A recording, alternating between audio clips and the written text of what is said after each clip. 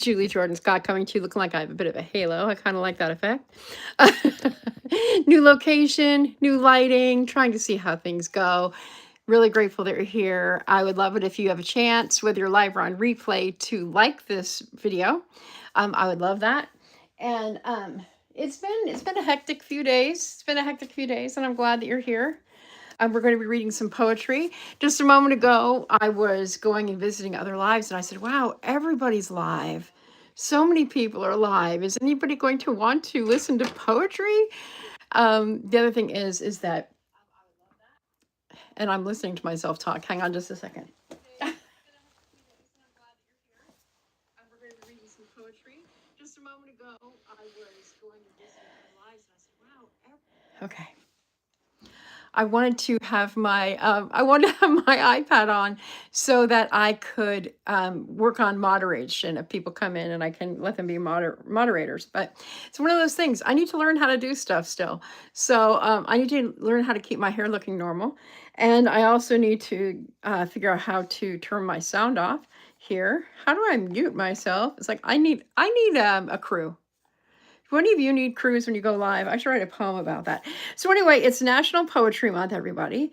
And so that means that those of us who are really into poetry are really into poetry. This is like our month. This is like, if we're football fans, this is our Super Bowl season.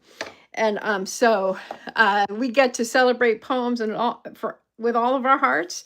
And so I'm thrilled that you can celebrate this month with me. Okay, I'm silent now on the iPad, so I feel like I can practice this new technical thing. All right, so let's get started with some poems. I have two collections for you today that I'm reading from. I'm not in my regular spot at home, so it's harder for me to pick and choose. I don't have my favorite books, so we're going to start with this book, this collection, and then we're going to go to this collection. They're both amazing, so hang on to your hats as we go. How's everyone doing today? I know it's quiet, but I hope you'll still hang out with each other. You'll chat with each other. You'll welcome each other in, and I'll try to keep my head up as much as possible. So I actually am writing a poem a day in April, and you can see my poems as they're coming out. I'm putting them up on YouTube Shorts now. Good morning, love. Good afternoon, love. It's good to see you, Ninj. So we're going to start with this poem called On the Threshold of a Poem. And I thought that was perfect to start my readings with today. And I'm sorry it's taken me so long to get started. On the threshold of the poem. On the threshold of the poem, shake off the dust, the powder of hate from your soul. Set aside passion so as not to defile words. Into this space, step alone, and the tenderness of things will enfold you and lead you toward the dark as if you had lost worldly sight. There, whatever was named will return and stand in the radiance so you and I can find each other like two trees that were lost in the fog. I love that. So pretty. Wherever was named will return and stand in radiance so you and I can find each other like two trees that were lost in the fog. Language like that is just amazing. Most of these poems are spiritually based. Like this next one is called The Theology of Delight. The Theology of Delight. I'm so glad that you're doing better because you're walking. I know that feeling. One of the things that I've been doing, because I'm here at my daughter's house, which is where I'll be staying for a while, and off and on, I should say. Not all the time, but at least half the week until I come here permanently. But I'm up and downstairs all day long. And I would say that going up and downstairs a lot has done a lot for my health, except for my right knee, which isn't very happy with me. Anyway, here we go. Hey, Cheryl. Good to see you. Okay, listening while driving. Well, I'm delighted that you're here. And by the way, Cheryl, y'all just went over 10,000 followers. So congratulations, Cheryl. I was really happy to see that. That's what I say, Catherine. Stairs are good for us. I'm just not used to going up and down so much. My house in Sussex has stairs, so I do have to go up and down stairs. But this is a lot of up and down stairs many, many times a day. So it's more than I'm used to, which is all right. Sometimes I go up and down more times before 8 a.m. than I would have all day in Sussex. So Cheryl's very supportive. She's very, very supportive. And I was going to say right now, when I was on here before I started getting set up, I must have seen like 4 or 5 of my friends were live. So it's just like, oh my gosh, did I choose a bad time or did I choose a bad time? Anyway, the theology of delight. Imagine a world, this ridiculous tentative thing blooming in your hand. There in your hand, a world opening up, stretching after the image of your hand. Imagine a field of sheep grazing or a single sheep grazing and wandering in the delight of grass, of flowers lifting themselves after their fashion to be flowers. Or a woman lifting her hand to touch her brow and the intricacy of the motion that frees her to set the flat part of her hand carelessly to her brow. Once, while walking, I came across a woman whose walking had brought her to a shaded spot near a field. Enjoying that cool place together, we sat watching sheep and the wind moving the small flowers in the field. As we rose to set out again, our movement startled the flock into running. They ran only a little way before settling again into their blank consideration of the grass. But one of them continued its prancing, taking it far into the field where, free of others, it leapt for no clear reason and set out walking through a gathering of flowers, parting that grip of flowers with its face. I love that thought. That it's just so beautiful how you can take literally anything and turn it into delight. I just adore that. That the post name for that is Scott Cairns. Scott Cairns. Okay. I'm not as familiar with this collection, like I said, because I'm not home. I was going to continue reading our books that we have, but unfortunately, those books aren't there, and I'm not there. So, okay, Mountain Songs. This is by Phyllis Tickle. If any of you are familiar with Phyllis Tickle, she's rather well known in certain fields. She lives in Tennessee. So these poems are written in the mountains of Tennessee. We have some friends in the mountains of Tennessee, so that makes me happy. All right. So I think we'll start with one of hers called Guiltless Ease. Guiltless Ease.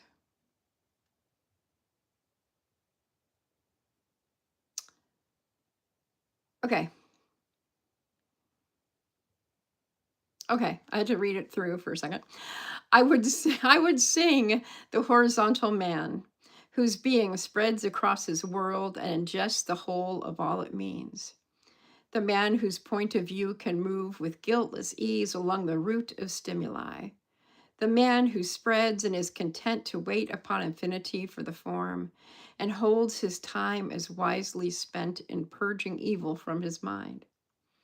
A man who, in the exercise of taste, finds the joy of the earth in being filter for the world. Another joy poem, again by Phyllis Tickle. She writes, Mountain Songs. The instant is so bright and clear, it belies the future fear that the clutter of a wayward mind may in time obscure the beauty of this climb. My joy wants a meadow's worth of song to celebrate the sheep who feed along the rims of my native mountainscape. In Tiptonville, Tennessee. I wonder if any of our friends know Tiptonville, Tennessee. I don't know it. Okay. So this next one is called Ordinary Song. Again, by Phyllis Tickle. And she wrote, I sang of the mountains that sing in me the cadences of plaintive earth, and only give you back the land that framed the valley of my birth. I fed each day on mountain thyme and nightly cradled with the quail. I woke to walls of laurel leaf and raced a morning song to hail and the line of sheep who grazed across the valley rim. I learned by heart the ancient sounds of bird and pine, of stream and fawn, waiting to hear spring waters clear below the stones they played upon, the litany of earth. I sing of the mountains that sing in me soft harmonies I've known from birth. I only give you back the land again and the plain magnificence of the earth. So beautiful. I also have to say that today is Maundy Thursday, which is the celebration of the Last Supper. And so, being in a household of pastors and a little girl, I will be watching the little girl while her parents are both involved in services for Maundy Thursday. So I'm listening with one ear, so I'm kind of distracted, and I apologize for that. By the way, if you've just arrived, welcome. I'm so grateful that you're here to listen to poetry today. It makes me happy. If you would take a second, if you would, to please like the video, that would also be great. You don't have to, but it would be awesome if you would. Okay, so we are going to go to this book. This collection is one of my favorites. It's called The Poetry Pharmacy. We'll read about 3 more or so. Poetry Pharmacy. I love this, the gentleman who puts these together. And I kept turning over poems, I know some of you might think, how can you bend your pages on your book? But I do. I bend the pages of a book. And this book has really nice, thick pages. If you're a bibliophile, as I am, it just feels so good to have such nice, thick pages. So we're going to close with a poem by Hafez. That's not quite yet. And I'll read some Rainer Rilke before that. He's in the book right over there. So this poem is called The Way It Is by William Stafford. Okay. There's a thread you follow. It goes among things that change, but it doesn't change. People wonder about what you are pursuing, and you have to explain about the thread. But it is hard for others to see. When you hold it, you can't get lost. Tragedies happen. People get hurt or die, and you suffer and get cold. Nothing you can do to stop time's unfolding. You don't ever let go of the thread. Stafford playing with metaphor. I know about the thread. Okay, everything is going to be all right. This is by Derek Mann. Hey Kelly, how are you? Friend of mine who I'll be seeing soon, I hope. Okay, Everything is Going to Be All Right by Derek Mann. How should I not be glad to contemplate the clouds clearing beyond the dormer window and a high tide reflected on the ceiling? There will be dying. There will be dying. There is no need to go into that. The poems flow from the hand unbidden, and the hidden source is the watchful heart. The sun rises in spite of everything, and the far cities are beautiful and bright. I lie here in a riot of sunlight, watching the day break and the clouds flying. Everything is going to be all right. I love that philosophy. Everything is going to be all right. And it's better to trust and have faith and keep moving along than to get caught up in the worry and the fear. I'm doing great. I'm doing great, Kelly. Having a good day. Except for the fact that I'm listening with one ear for when my son-in-law and the baby, she's 3 now, she's not a baby, get home. Because then it will be granny time. Granny time. All right, this next poem is actually a stanza or a verse from a song. And it just so happens that this song is called You'll Never Walk Alone. The lyric is Oscar Hammerstein. So of the Rodgers and Hammerstein fame, Sound of Music writers, lots of musicals. But in You'll Never Walk Alone, the musical that's from is from Carousel. If any of you know this musical, Carousel, you may remember that one of the beginnings, I think it's the very first song in the musical, starts with My Name in it. And most recently, I used to have teachers sing this line to me on the first day of school. Inevitably, one of my teachers would sing the song. And the last teacher to sing it to me was a Spanish teacher at University of the Pacific, where I attended school. And he sang it, "You're a dear one, Julie Jordan." And he sang it in English. "You're a dear one, Julie Jordan. You are quieter and deeper than a well," was how the song went. And I would always smile. I would never say, "Oh, yeah, that's the first time I heard that." Never. I was always very polite. And I was actually, that's one of those things that I remember like 5 years ago saying, when will I ever be sung to again like that? People don't remember Carousel anymore.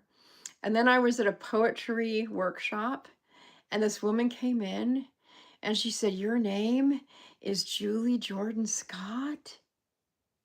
And she sang to me. And I just like had my hand over my heart. "Thank you for singing to me." I said, I haven't literally heard that in years, and it just brought back such a warm place. But here is Oscar Hammerstein's work put into a poem. And this song is actually directed to Billy Bigelow. The woman is named Julie Jordan. She's the ingenue or the romantic woman part. And then the man is definitely an anti-hero named Billy Bigelow. A little bit of, I wasn't expecting to get onto this, but a little bit of Broadway history is he was played by John Raitt on Broadway. And John Raitt was the brother of my college advisor at University of the Pacific. So it all goes around in a circle. So when I walked into John Raitt's, or when I walked into Walt Raitt's office, he looked at me and he said, "Julie Jordan, I feel like a long lost relative has arrived." So I didn't get very far from this. But anyway, here we go. Billy Bigelow, anti-hero, had issues, singing to his newborn daughter after he had passed away. So it's him, an ethereal being. "Walk on through the wind, walk on through the rain, though your dreams be tossed and blown. Walk on with hope in your heart, and you'll never walk alone. You'll never walk alone." So walking on with that hope in your heart, and you'll never walk alone. Okay, I lied. There's one more to go, called Burlap Sack by Jane Hirschfield. I love Jane Hirschfield. Okay. "A person is full of sorrow the way a burlap sack is full of stones or sand. We say, 'Hand me the sack,' but we get the weight, heavier if left out in the rain. To think that the sand or stones are the self is an error. To think that grief is the self is an error. Self carries grief as a pack mule carries the side bags, being careful between the trees to leave extra room. The mule is not the load of ropes and the nails and the axes. The self is not the miner nor builder nor driver. What would it be to take the bride and leave behind the heavy dowry? To let the thin-ribbed mule browse the tall grasses, its long ears waggling like the tails of two happy dogs." That is Burlap Sack. All right, so now we are going to go to my friend and your friend, Rainer Rilke. I don't know if any of you know Rainer Rilke, but he is one of my favorites. I love Rainer Rilke so much. He wrote my favorite book in the world, which is called Letters to a Young Poet. And if you've never read Letters to a Young Poet and you're a creative, I suggest you do sometime. Okay.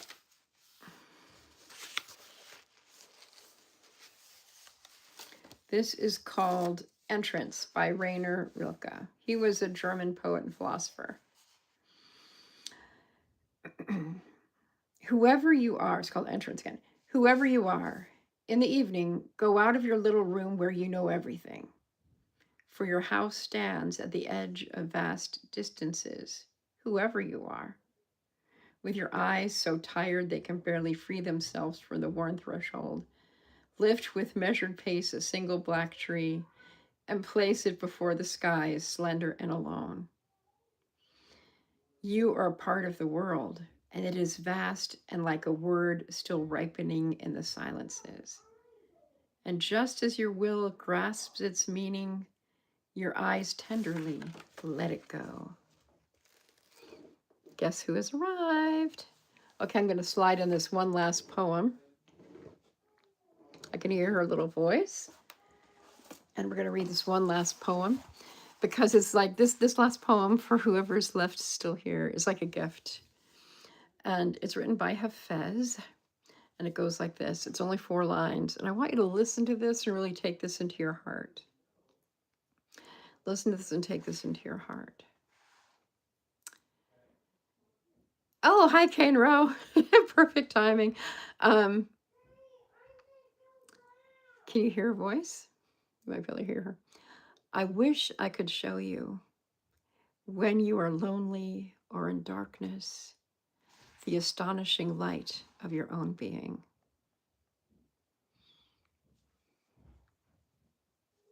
I'll do it one more time. I'm going to try not to be distracted. Hello, Logan. Good to see you.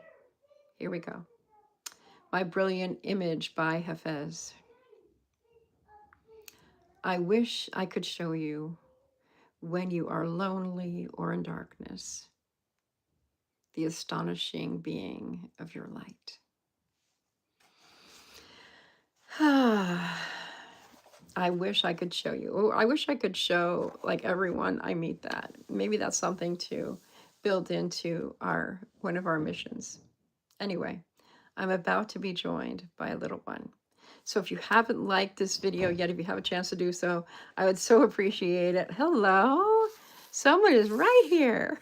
Hi, honey. That would be really great if you would do that. Thank you so much for watching, and we will catch you next time. Thank you so much.